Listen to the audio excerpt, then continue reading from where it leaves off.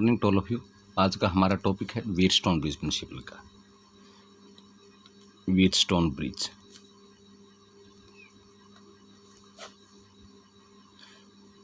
पहले एक बार टॉपिक को क्लियर करते हैं, उसके बाद इसके ऊपर कुछ जो क्वेश्चंस अराइज होते हैं उनको देखेंगे। व्हीटस्टोन ब्रिज प्रिंसिपल,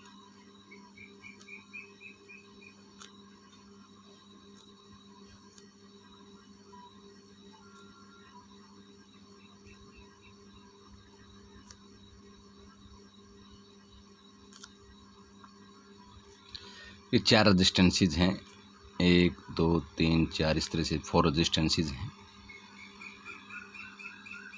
आप इनको R1 R2 R3 R4 का नाम भी दे इसको हो, P Q R S का नाम भी दे इसको। ये 4 रेजिस्टेंसेज हैं। फर्स्ट ऑफ ऑल तो इसको Wheatstone bridge principle Wheatstone bridge कहते क्यों हैं? क्योंकि व्हीटस्टोन तो एक प्रोफेसर थे हमारे साइंस के, इन्होंने 4 रेजिस्टेंसेज को लेकर एक ब्रिज के रूप में अरेंज कर दिया था, एक ब्रिज की तरह नजर आ रहा है, तो इसलिए इसको नाम दिया गया व्हीटस्टोन ब्रिज का। व्हीटस्टोन प्रोफेसर थे और 4 resistances are arranged in form of a bridge, इसलिए इसको नाम दिया गया है व्हीटस्टोन ब्रिज प्रिंसिपल का। फिर एक गैल्वेनोमीटर लगा दिया गया यहाँ पर, G इस गैल्वेनोमीटर की रेजिस्टेंस है। आगे जाके इसको हमने किसी सेल से कनेक्ट कर दिया, पॉजिटिव नेगेटिव इस तरह से। ये A B C D हमने इनको नाम दे दिए। यहाँ से आई करंट सप्लाई हो रहा है आपका, यहाँ से। अब ये आई करंट इस जंक्शन पे आके फिर अलग अलग ब्रांचों में जाएगा, तो इस ब्रांच में जाएगा, उसको हमने नाम दे दिया I1 का। इसमें जो करंट आया है इसको नाम दे दिया हमने I2 का, और I2 की वैल्यू कितनी है? I माइनस के I1। इस टोटल में से I1 को लेस कर दो, I2 बच जाएगा। I1 को लेस करोगे तो I2 बचेगा, I2 को लेस करोगे तो I1 बच जाएगा। तो ये जो I1 करंट था आपका B पॉइंट तक तो आ गया। अब B के बाद फिर जंक्शन, B पे जंक्शन है तो कुछ इसमें आ जाएगा, और जो रेस्ट अमाउंट ऑफ करंट है, बची हुई जो करंट की अमाउंट है वो इसमें चली जाएगी। वही बात है, नदी में से अलग अलग रस बाहर निकल गए। तो इसमें जो करंट आया वो आपका, इसको मैंने नाम दे दिया IG का। IG का मतलब क्या है? Current throw galvanometer. Current throw galvanometer, galvanometer में से जो करंट आपका फ्लो हो रहा है। G is the resistance of galvanometer, galvanometer की रेजिस्टेंसेज हैं। और P Q R S R 4 resistances arrange in form of a bridge, जो एक ब्रिज के रूप में अरेंज की गई है। तो हमने रिजल्ट प्रूफ क्या करना है कि P by Q is equal to R by S। जो P बाई Q होगा वो R बाई S के बराबर होगा, जो दोनों का रेशियो वो इक्वल होगा। तो यहाँ से देखो इसमें कितना करंट आया, I1 करंट तो यह था, सपोज करो 5 एम्पियर करंट ये है, 2 एम्पियर इसमें चलेगा तो 3 एम्पियर बच गया इसका। नहीं तो फिर I1 इसमें आ रहा था, IG इसमें चलेगा तो इसी का लेस हुआ। अगर ये ब्रांच नहीं होती तो फिर सारा इसमें आता। तो इसमें कितना करंट आया? I1 माइनस के IG, जो B से C ब्रांच में आया हुआ है। तो ये इस तरह C टर्मिनल पे आ जाएगा। अब ये यहाँ से निकल गया, ऊपर से IG आ रहा है, इस पॉइंट पे इकट्ठा हो गया, फिर सारा इस साइड से होता हुआ वापस इस टर्मिनल पे आ जाएगा।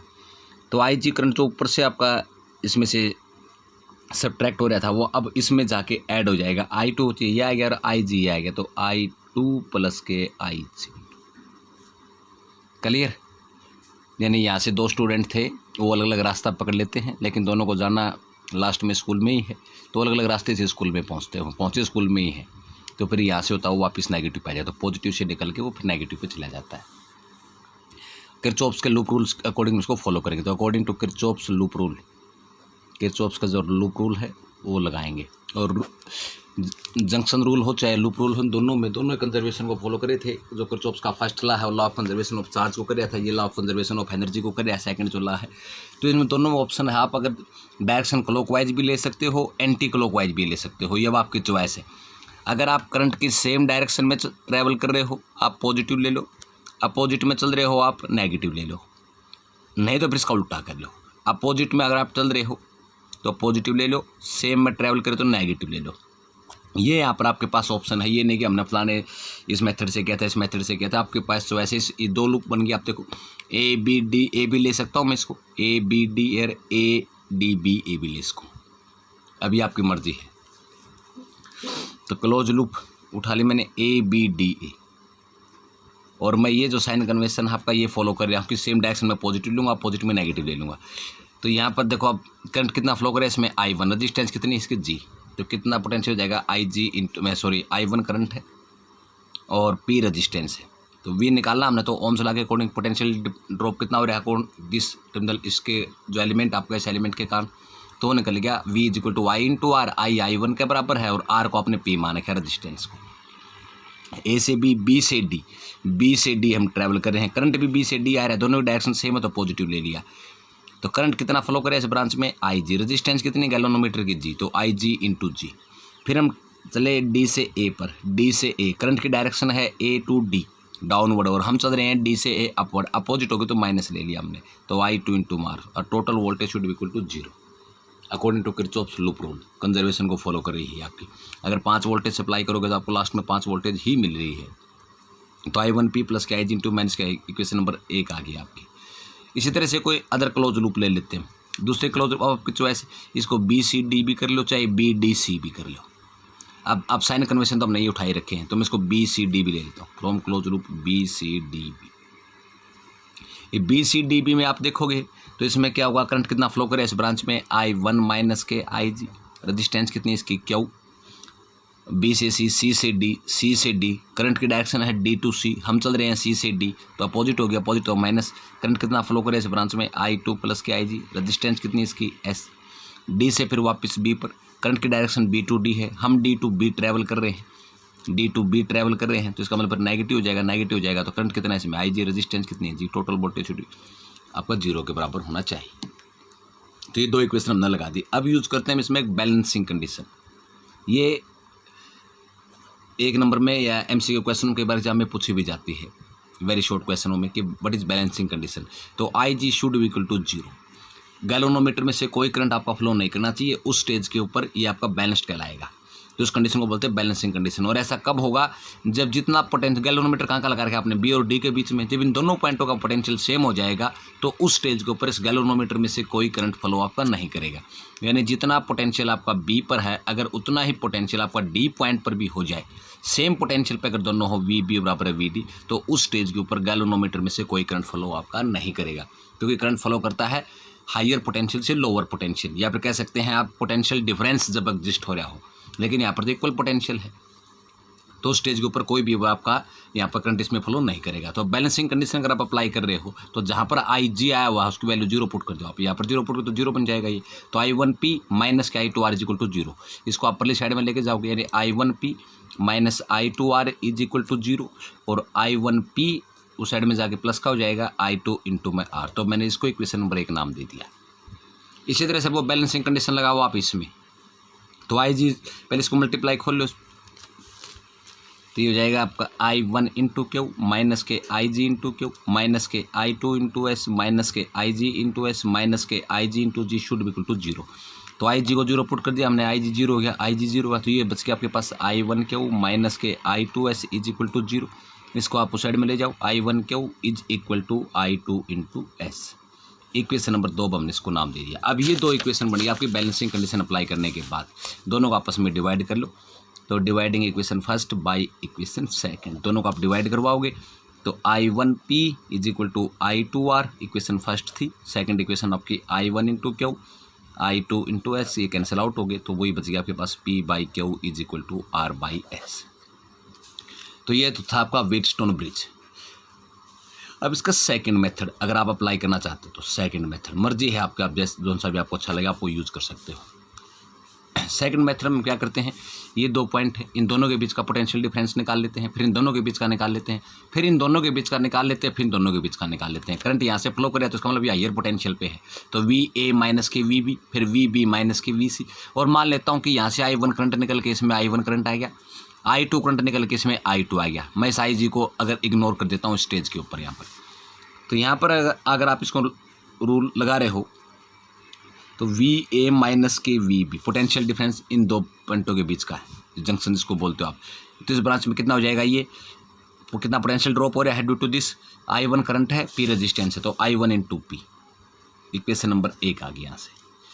अब इसी तरह से आप 2 पॉइंट उठाओ B और C, तो VB माइनस के VC, VB माइनस के VC, करंट तो I1 ही है, रेजिस्टेंस मान लिया हमने क्यों, हमने आपकी बार IG को लिया इस ब्रांच में I1 करंट, इसमें I1 I2 तो इक्वेशन नंबर 1, क्योंकि IG को हमने पहले 0 पुट कर दिया बैलेंसिंग कंडीशन लगा के।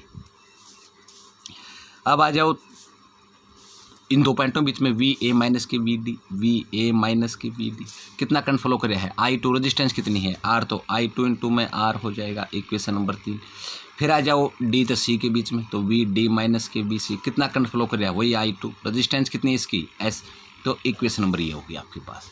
बैलेंसिंग कंडीशन हमने इसमें अप्लाई कर दी थी पहले ही कि IG इज इक्वल टू 0, तो चारों पॉइंटों के बीच का potential V A V B का, वी ए वी डी का, और इस तरह से इन सब का हमने निकाल लिया। तो अब यहाँ से हमने करना क्या है, इक्वेशन अप्लाई कर, इक्वेशन तो अपने पास ये आ गई है, अभी डिवाइड करवानी है आपने, dividing equation first by equation second.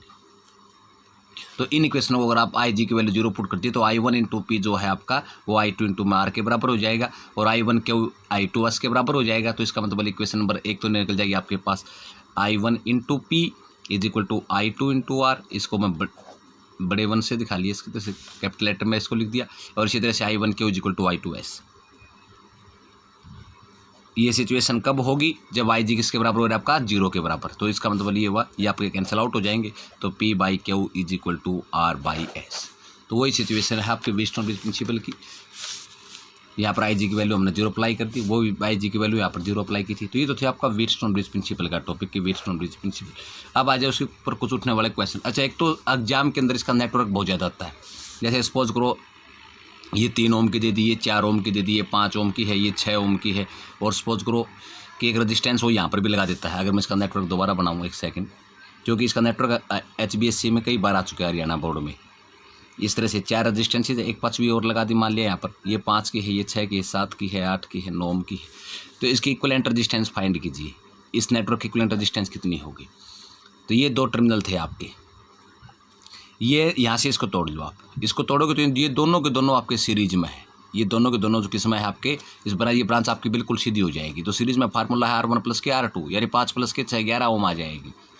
इसी तरह से अब ये दोनों भी सीरीज में है, निचले दोनों, तो R1 बाई R3 प्लस के R4 बोलो तो 7 प्लस के 8 15 ओम आ जाएगी।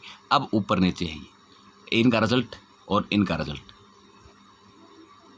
इस तरह से आगे जाके फिर हमने इसको सेल से कनेक्ट कर दिया। इसका मतलब ये 11 ओम के थे दोनों, ये 15 ओम के थे। अब ये दोनों पैरेलल में हैं, तो फिर पैरेलल का फार्मूला हम लगाएंगे 1/11 1/15 के हिसाब से सोल्व करके।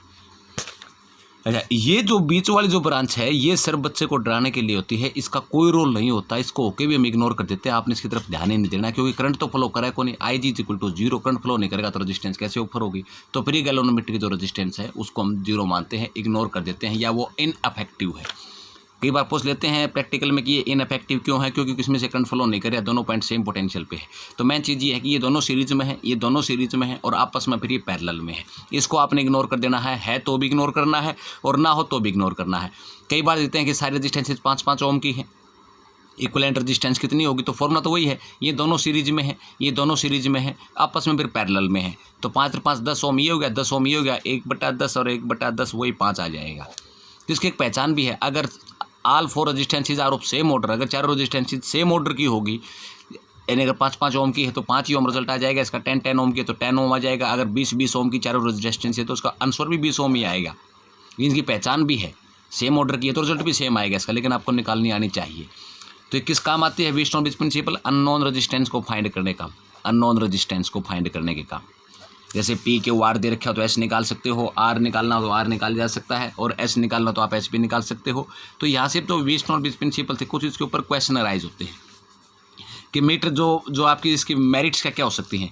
एक तो अननोन रेजिस्टेंस को हम यूज़ करने के लिए यूज़ करते हैं to find the unknown resistance. दूसरा ये नल मेथड पे काम करता है। नल मीन्स जीरो क्यों, क्योंकि यहाँ पर अब IG की वैल्यू 0 हुई तभी ये बैलेंस्ड हुई, तो इसलिए नल मेथड बोलते हैं इसको। ये डिफ्लेक्शन या नल डिफ्लेक्शन मेथड भी बोल सकते हैं। उसके बाद हम इसमें देखे हैं कि ये मोस्ट, कई बार एग्जाम में पूछा जाता है कि when it will be most sensitive. ये मोस्ट सेंसिटिव कब होगा, when all 4 resistances are of same order. जब चारों रजिस्टेंसेज आपकी सेम ऑर्डर की हो जाएगी तो उस स्टेज के ऊपर ये आपका मोस्ट सेंसिटिव हो जाएगा, सबसे अधिक क्रियाशील हो जाएगा। इसकी कई बार एग्जाम में 2 प्रैक्टिकल एप्लीकेशन पूछ लेते हैं। तो एक स्लाइड वायर ब्रिज है, जो आगे इसके एप्लीकेशन में पढ़ेंगे, स्लाइड वायर ब्रिज या मीटर ब्रिज बोल देते हैं। एक होता है पोस्ट ऑफिस बॉक्स। तो स्लाइड वायर ब्रिज और पोस्ट ऑफिस बॉक्स ये हम आगे स्टडी करेंगे, तो हमारे सिलेबस में नहीं बचा। उसके ये अननोन टेम्परेचर को find, temperature measurement of temperature के लिए भी यूज़ कर सकते हैं। मेजरमेंट ऑफ टेम्परेचर को मेजर करना हो या फिर अननोन रेजिस्टेंस को फाइंड करना हो तो हम व्हीटस्टोन ब्रिज प्रिंसिपल यूज़ कर लेते हैं। अच्छा, अगर सेल और गैल्वेनोमीटर इन दोनों को अगर इंटरचेंज कर दिया जाए तो फिर जो आपका फाइनल रिजल्ट है उसके ऊपर कोई इफेक्ट नहीं होगा, तो there will be no change in balance condition for bridge. तो एक बार मेरे से ही पूछा गया था प्रैक्टिकल में, अगर सेल और गैल्वेनोमीटर को आपस में इंटरचेंज कर दिया जाए तो फिर क्या होगा, कुछ नहीं होगा, there will be no change, कोई भी चेंज उसका नहीं होगा बैलेंसिंग कंडीशन के अंदर। तो ये इसके कुछ ऊपर क्वेश्चन थे। इसको व्हीटस्टोन ब्रिज प्रिंसिपल कहते क्यों हैं, तो पहले बताया था कि व्हीटस्टोन हमारे प्रोफेसर थे, उसने 4 रेजिस्टेंसेज को लेकर के एक ब्रिज के रूप में अरेंज कर दिया था, इसलिए इसको बोलते हैं। और ये भी पूछ लेते हैं कि गैल्वेनोमीटर रेजिस्टेंस को मतलब आप इनफेक्टिव क्यों है, क्योंकि जब करंट फ्लो नहीं करेगा तो फिर वो आपकी रेजिस्टेंस कैसे ऑफर होगी, तो वो इनफेक्टिव ही है। और when it will be most sensitive, तो when all 4 resistances are of same order then it will be most sensitive. तो ये थे भाई आपके व्हीटस्टोन ब्रिज प्रिंसिपल, और इसके ऊपर है जिन्होंने क्वेश्चन। 2 मेथड हैं, जो सभी आपको अच्छा लगे आपने वो कर लेना है।